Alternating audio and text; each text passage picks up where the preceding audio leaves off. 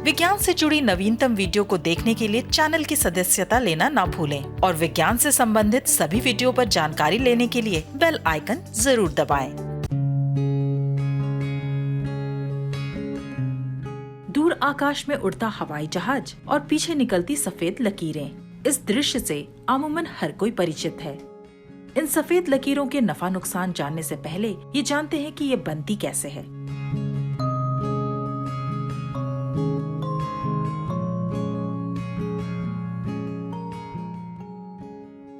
ये वैसा ही है जैसे कभी कभी हम ठंडे दिनों में बाहर निकलती अपनी सांस को देख सकते हैं।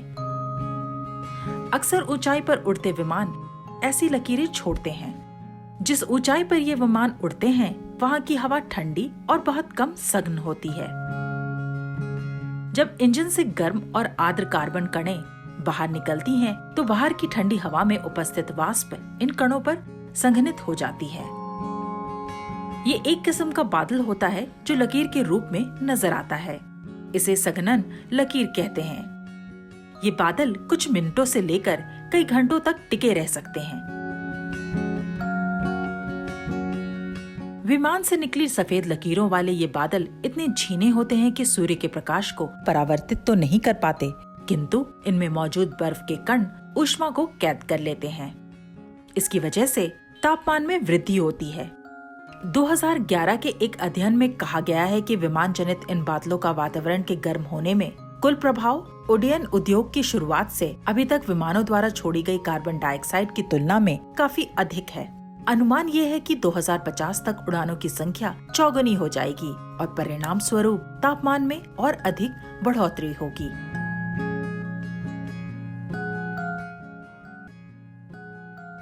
साल 2011 के अध्ययन में शामिल जर्मन एरोस्पेस सेंटर की उल्रीके बुखार्ट जानना चाहती थी कि भविष्य में ये विमान जनित बादल जलवायु को किस तरह प्रभावित करेंगे। इसके लिए उन्होंने अपनी टीम के साथ एक बिल्कुल नया पर्यावरण मॉडल बनाया, जिसमें विमान के कारण बने बादलों को सामान्य बादलों से अलग श्रेणी में रखा।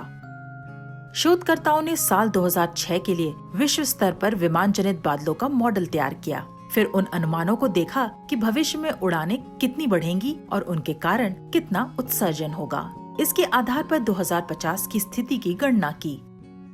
जून 2019 में एटमॉस्फेरिक केमिस्ट्री एंड फिजिक्स नामक जर्नल में प्रकाशित रिपोर्ट में उन्होंने बताया है कि साल 2050 तक विमान जनित बादलों के कारण तापमान में होने वाली वृद्धि 3 गुना हो जाएगी। ये सफेद लकीरों वाले बादल ग्लोबल वार्मिंग के लिए जिम्मेदार तो हैं ही, लेकिन इनसे मौसम का अंदाजा भी लगाया जा सकता है। इन बादलों की मोटाई, विस्तार और अवधि विमान की ऊंचाई और वातावरण के तापमान और आर्द्रता पर निर्भर करती है। इन बादलों की प्रकृति और टिकाऊपन के आधार पर मौसम का पूर्वानुमान लगाया जा सकता है। पतले और थोड़ी देर ठहरने वाले बादल ऊंचाई पर कम आर्द्र हवाओं का संकेत देती हैं, यानी मौसम अच्छा होगा। वहीं मोटे और ज्यादा समय तक टिके रहने वाले विमान जनित बादल ऊंचाई पर आर्द्र हवा का परिचायक हैं, यानी तूफान का आरंभिक संकेत। लेकिन वैश्विक पर्यावरण के लिहाज से ये बादल चिंता के विषय हैं। बुखार्ट का कहना है कि कार्बन कणों में 90% कमी करने पर भी हम 2006 के स्तर पर नहीं पहुंच पाएंगे। इसलिए जरूरी है कि विमानों के लिए ऐसे ईंधन की खोज हो जिनका कार्बन उत्सर्जन काफी कम हो।